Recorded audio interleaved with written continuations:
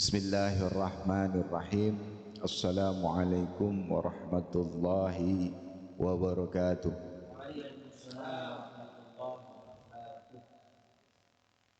Innal hamdalillah wa syukurillah wa ni'matilillah wa la haula wa la quwata illa billah. Rabbi shrahli sadri wa yassir li amri wahlul 'uqdatam min lisani yafqahu qawli. Rabbana la tuzigh qulubana ba'da idh hadaitana wa hab lana min ladunka rahmah innaka antal wahhab. Amma ba'du. Puji syukur kita panjatkan kehadirat Allah yang mana pada malam hari ini kita berkumpul insyaallah di majelis yang mulia yang diberkahi oleh Allah, yang hadir juga diberikan manfaat, faedah dan keilmuan, yang terpenting keberkahan buat semuanya, keluarga yang berhubungan dengan kita yang hadir di sini. Sholawat serta salam tidak lupa juga kita sampaikan pada junjungan besar Nabi Muhammad sallallahu alaihi wasallam. Allahumma shalli wa sallim sayyidina Muhammad, yang mana telah menghantarkan kita dari masa kegelapan ke masa yang lebih baik.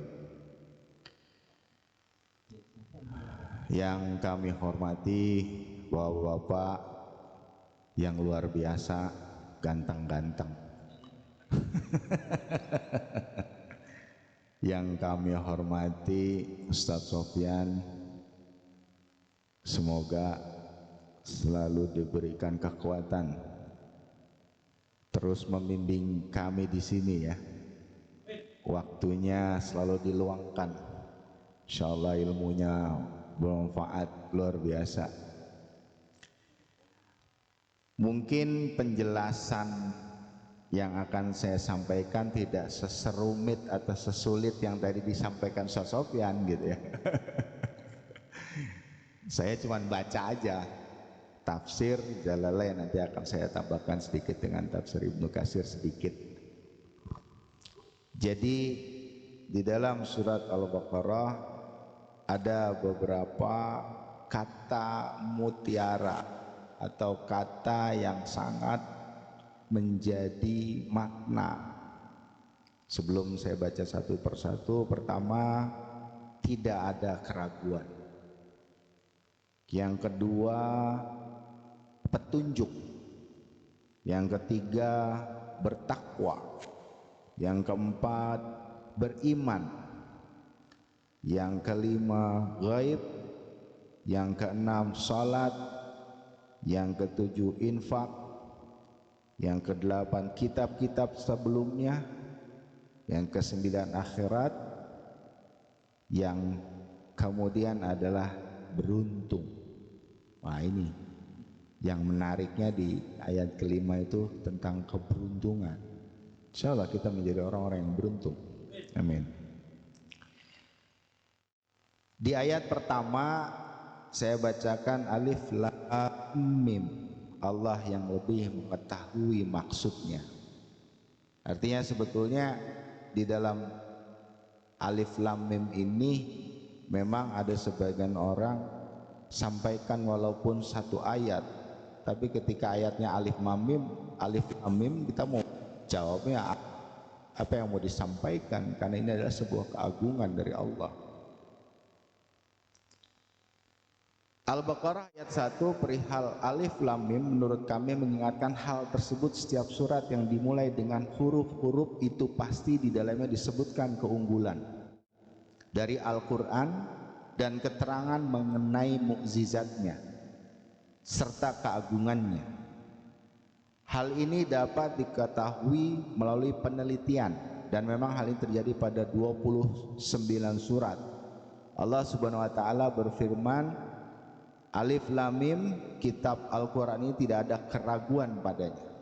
Di dalam Al-Baqarah ayat 1 dan 2. Alif lam mim, Allah tidak ada Tuhan melainkan Dia yang hidup kekal lagi senantiasa berdiri sendiri dan menurunkan Alkitab, dalam hal ini Al-Quran, kepadamu dengan sebenarnya, membenarkan kitab yang telah diturunkan sebelumnya. Al-Imran ayat 1 sampai 3. Alif Lam Mim Shad, ini adalah sebuah kitab yang diturunkan kepadamu, maka janganlah Anda kesempitan di dalam dadamu karenanya. Al-A'raf ayat 1 dan 2. Alif Lam Ra, ini adalah kitab yang kami turunkan kepadamu supaya kamu mengeluarkan manusia dari gelap gulita kepada cahaya terang benderang. Ibrahim ayat 1.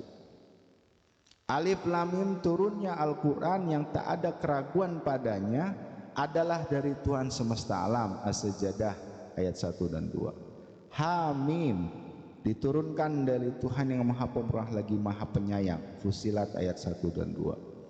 Hamim Ain Sin Qaf, demikianlah Allah yang maha perkasa lagi maha bijaksana mewahyukan kepada kamu dan kepada orang-orang yang sebelum kamu. Asy-Syura ayat 1 sampai 3. Masih banyak ayat-ayat lain yang menunjukkan kebenaran pendapat yang dikatakan oleh mereka bagi orang yang berpikir secara mendalam dalam menekuninya. Intinya buah keyakinan. Jadi pemahamannya adalah yakin itu seperti anak kecil, Bapak-bapak. Bapak-bapak, kalau kita ngelihat anak kecil, pintu kebuka langsung lari. Dia yakin ada kebahagiaan di sana. Gitu.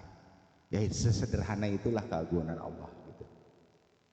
Kemudian di ayat yang kedua, kitab Al-Quran ini, kitab yang dibacakan Nabi Muhammad SAW ini, tidak ada keraguan, tidak ada kebimbangan padanya bahwa kitab ini berasal dari Allah. Rangkaian kalimat nafi ini adalah khabar yang mubatada dan adalah kata penunjuk. Ini kata penunjuk ini menunjukkan makna mengagungkan petunjuk. Kata ini sebagai kabar kedua, yaitu sebuah petunjuk bagi mereka yang bertakwa, yaitu mereka yang bertakwa dengan menjalankan segala perintah dan menjauhi segala larangannya untuk melindungi diri dari siksa neraka. Jadi memang untuk ayat kedua ini lebih dititik beratkan takwa dan petunjuk. Sebagian orang menafsirkan bahwa yang dimaksud dengan an-najdain ialah jalan kebaikan dan jalan keburukan. Penafsiran ini lebih kuat daripada yang lainnya. At-taqwa makna asalnya ialah mencegah diri dari hal-hal yang tidak disukai. Mengingat bentuk asalnya adalah qawa yang berasal dari al-wiqayah, pencegahan. An-Nabighah, salah seorang penyair jahiliyah terkenal mengatakan, penutup kepalanya terjatuh padahal dia tidak bermaksud menjatuhkannya, maka dia memungutnya seraya menutupi wajahnya, menghindar dari pandangan kami dengan tangannya. Penyair lain mengatakan dia menanggalkan penutup kepala yang melindunginya dari sengatan sinar matahari, kemudian ia menghindarkan wajahnya dari sinar matahari dengan dua persendiannya yang cantik, yaitu telapak tangan dan lengannya. Menurut suatu riwayat, Umar ibn Khattab radhiyallahu an pernah berkata kepada Ubay ibn Ka'ab tentang makna takwa. Maka Ubay ibn Ka'ab berbalik bertanya, pernahkah engkau menempuh jalan beronak duri? Umar menjawab, ya pernah. Ubay ibn Ka'ab bertanya lagi, kemudian apa yang kamu lakukan, Umar? Umar menjawab, aku bertahan dan berusaha sekuat tenaga untuk melampauinya. Ubay bin Ka'ab berkata, itulah yang namanya takwa. Jadi ketakwaan itu seperti berjalan di antara duri. Karena situ kita harus hati-hati. Jadi kalau saya membacakan tafsir ini, artinya murni, saya nggak rubah-rubah, ini betul-betul tafsirnya beliau ini. Saya baca betul-betul gitu ya. Kemudian Ibnul Mu'taz melalui bait-bait syairnya mengatakan, lepaskanlah semua dosa baik yang kecil maupun yang besar, itulah namanya takwa. Berlakulah seperti orang yang berjalan di atas jalan beronak duri selalu waspada, menghindari duri-duri yang dilihatnya, dan jangan sekali-sekali kamu meremehkan sesuatu yang kecil atau dosa kecil. Sesungguhnya bukit itu berdiri atas batu-batu kerikil yang kecil-kecil. Abu Darda suatu hari pernah mengucapkan syair berikut, manusia selalu mengharapkan agar semua yang didambakannya dapat tercapai, tetapi Allah menolak kecuali apa yang Dia kehendaki. Seseorang mengatakan keuntunganku dan hartaku, padahal takwa kepada Allah merupakan keuntungan yang paling utama. Di dalam kitab Sunan Ibnu Majah disebutkan dari Abu Umamah radhiyallahu anhu yang menceritakan bahwa Rasulullah SAW pernah bersabda, tiada keuntungan yang paling baik bagi seseorang yang sudah takwa kepada Allah selain dari istri yang salehah, jika dia memandangnya membuat dia bahagia, dan jika dia memerintahkannya ia taat, jika melakukan gigiran terhadapnya maka ia berbakti, dan jika dia tidak ada di tempat meninggalkannya maka ia memelihara diri dan harta suaminya. Jadi kalau yang tadi saya sebutkan atau saya bacakan betul-betul murni, inilah penjabaran tentang takwa itu sendiri.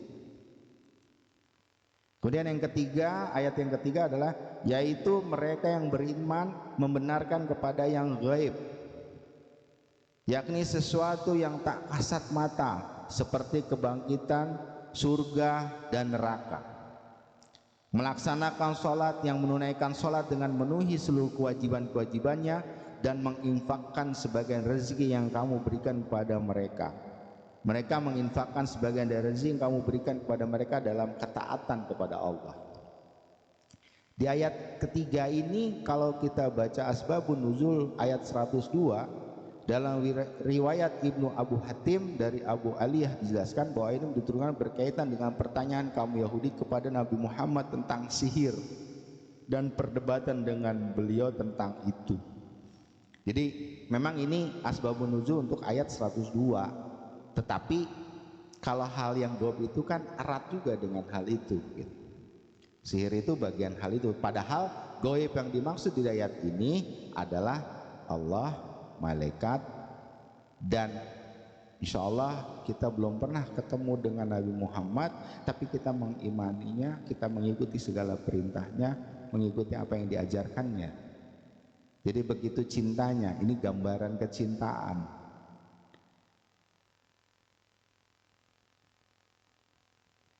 Yaitu orang-orang yang beriman kepada yang gaib, yang mendirikan sholat dan menafkahkan sebahagian rezeki yang kami anugerahkan kepada mereka. Abu Ja'far Razi meriwayatkan dari Ala Ibnu Musayyab Ibnu Rafi, dari Abu Ishaq, dari Abu Ahwas, dari Abdullah Ibnu Mas'ud yang pernah mengatakan kepada iman ialah percaya, bahwa iman ialah percaya. Ali ibnu Abi Thalhah dan lain-lainnya meriwayatkan dari Ibnu Abbas radhiyallahu anhu mengatakan bahwa orang-orang yang beriman ialah orang-orang yang percaya atau membenarkan. Ma'mar mengatakan dari Az-Zuhri bahwa iman ialah amal. Percaya, membenarkan, amal. Itu ada tiga nih ya, tiga definisi. Abu Ja'far Razi mengatakan dari Ar-Rabi Ibnu Anas bahwa orang-orang yang beriman ialah orang-orang yang takut kepada Allah Subhanahu wa taala. Takut. Ibnu Zarir mengatakan yang lebih utama bila mereka menggambarkan keimanan terhadap masalah yang gaib secara ucapan, keyakinan dan perbuatan, dan ada kalanya takut kepada Allah termasuk ke dalam pengertian iman yang intinya ialah membenarkan ucapan dengan perbuatan. Iman adalah suatu istilah yang mencakup pengertian iman kepada Allah, kitab-kitabnya dan rasul-rasulnya, dan pembenaran pengakuan dibuktikan dengan perbuatan. Menurut pendapat kami, iman secara makna lughawi atau bahasa berarti percaya secara tulus. Ini kesimpulannya, tulus.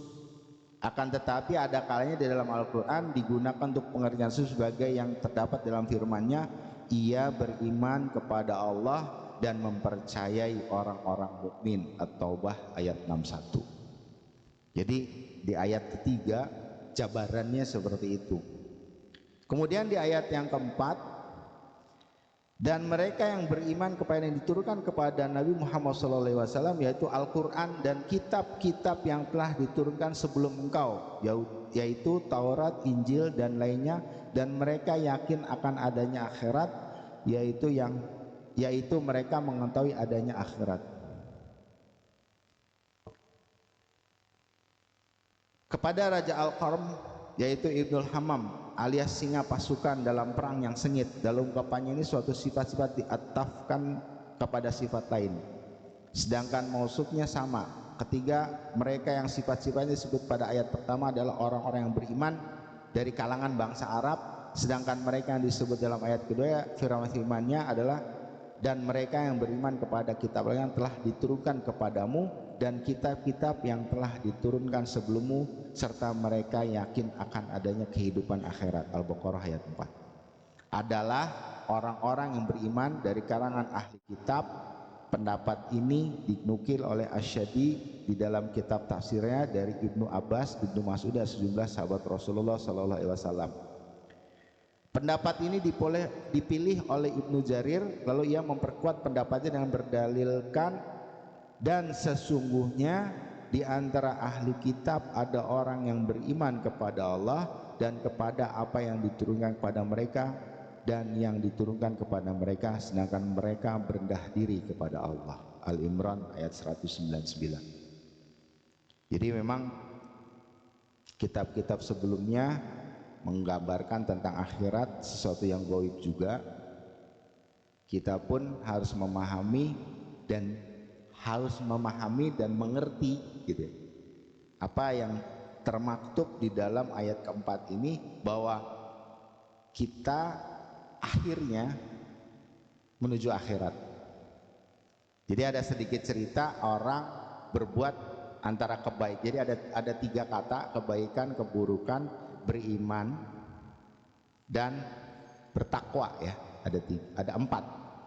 Ada orang berbuat baik di dunia tapi tidak beriman.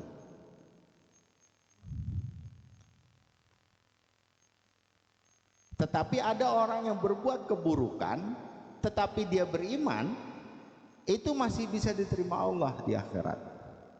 Kok sepertinya tidak adil kan gitu. Ini udah baik dia, tapi karena tidak ada keimanan, maka tidak ada hal yang menjadi komitmen, bahasanya keimanan sebagai komitmen untuk di akhirat. Karena ketika kita beriman, pada saat itu kita berkomitmen untuk ke akhirat.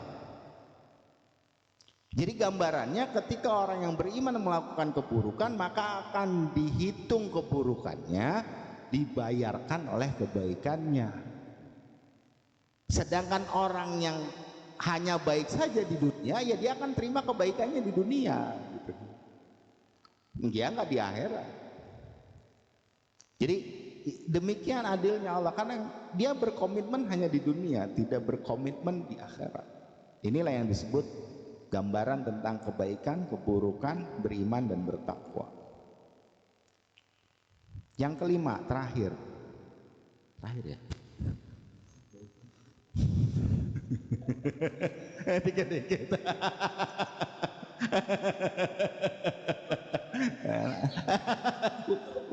udah kelima ya. Ya memang kadang-kadang kita harus pakai ilmu tai chi, jadi seret nanti ingat lama-lama ya. Insyaallah. Yang kelima, merekalah orang-orang yang disebut dengan ciri-ciri tersebut di atas, yang mendapat petunjuk dari Tuhannya, dan mereka itulah orang-orang yang beruntung. Mereka meraih surga dan selamat dari neraka. Amin. Indah sekali ini ayat ya, luar biasa. Jadi memang kalau tafsir itu ya enaknya gitu doang, dibacain aja gitu ya. Kita nggak boleh menafsirkan soalnya, harus dibacakan gitu. Jadi nggak bisa kita ngarang-ngarang, nggak bisa kan. Nggak bisa. Kalau pemahamannya boleh, tapi kalau tafsirnya harus kita bacakan. Mereka itulah yang tetap mendapat petunjuk Tuhannya, dan merekalah orang-orang yang beruntung. Allah Subhanahu wa taala berfirman bahwa yang dimaksud dengan mereka itu ialah orang-orang yang mempunyai ciri-ciri khas terdahulu, yaitu iman kepada yang gaib, mendirikan sholat, memberi nafkah dari rezeki yang diberikan Allah kepada mereka, iman kepada kitab yang diturunkan kepada Rasulullah SAW dan kitab-kitab yang diturunkan kepada Rasul-Rasul sebelumnya, dan yakin kepada kehidupan akhirat yang hal ini menuntut persiapan sebagai bekal guna menghadapinya, yaitu mengerjakan amal-amal soleh dan meninggalkan hal-hal yang diharamkan. Ala hudan, tetap beroleh cahaya penjelasan berita dari Allah Subhanahu wa taala. Wa ulaika humul muflihun, dan merekalah orang beruntung di dunia dan di akhirat. Muhammad ibnu Ishaq mengatakan dari Muhammad ibnu Abu Muhammad dari Ikram atau Sa'id ibnu Zubair dari Ibnu Abbas bahwa makna mereka itulah yang tetap mendapat petunjuk dari Tuhannya ialah tetap memperoleh nur dari Tuhan mereka, tetap istiqomah berpegang teguh kepada Al-Quran yang disampaikan kepada mereka. Wa ulaika humul muflihun, merekalah orang-orang yang beruntung, yakni orang-orang yang memperoleh apa yang mereka minta dan selamat dari kejahatan yang mereka menghindar darinya. Ibnu Jarir mengatakan bahwa makna firman-Nya ulaika ala hudam mir rabbihim ialah sesungguhnya mereka tetap memperoleh nur, cahaya dari Tuhan, pembuktian, istiqomah dan bimbingan serta taufik Allah buat mereka.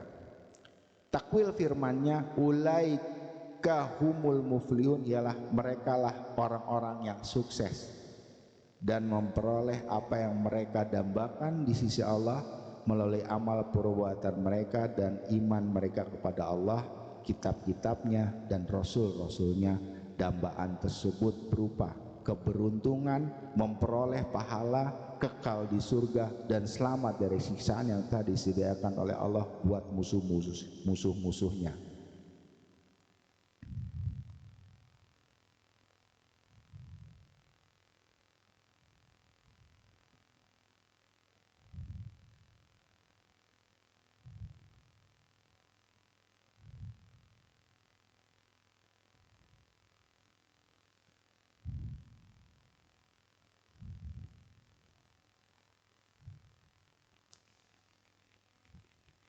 Wahai Rasulullah, sesungguhnya kami tetap membaca Al-Quran, lalu kami berdoa, dan kami tetap membaca Al-Quran hingga hampir saja kami berputus asa.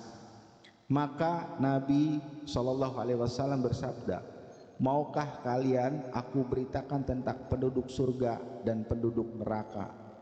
Mereka menjawab, tentu saja kami mau wahai Rasulullah. Membacakan firman Alif Lam Mim, kitab Al-Quran ini tidak ada keraguan padanya, petunjuk bagi mereka yang bertakwa, sampai dengan firman-Nya orang-orang yang beruntung. Jadi intisarinya ada di sini. Kemudian Nabi SAW bersabda, mereka adalah penduduk surga. Mereka para sahabat berkata, sesungguhnya kami berharap semoga diri kami termasuk dari mereka. Lalu Nabi SAW membacakan firman-Nya, sesungguhnya orang-orang kafir sama saja bagi mereka, sampai dengan firman-Nya, siksaan yang amat berat. Al-Baqarah ayat 6 dan 7. Beliau SAW bersabda, mereka adalah penduduk neraka.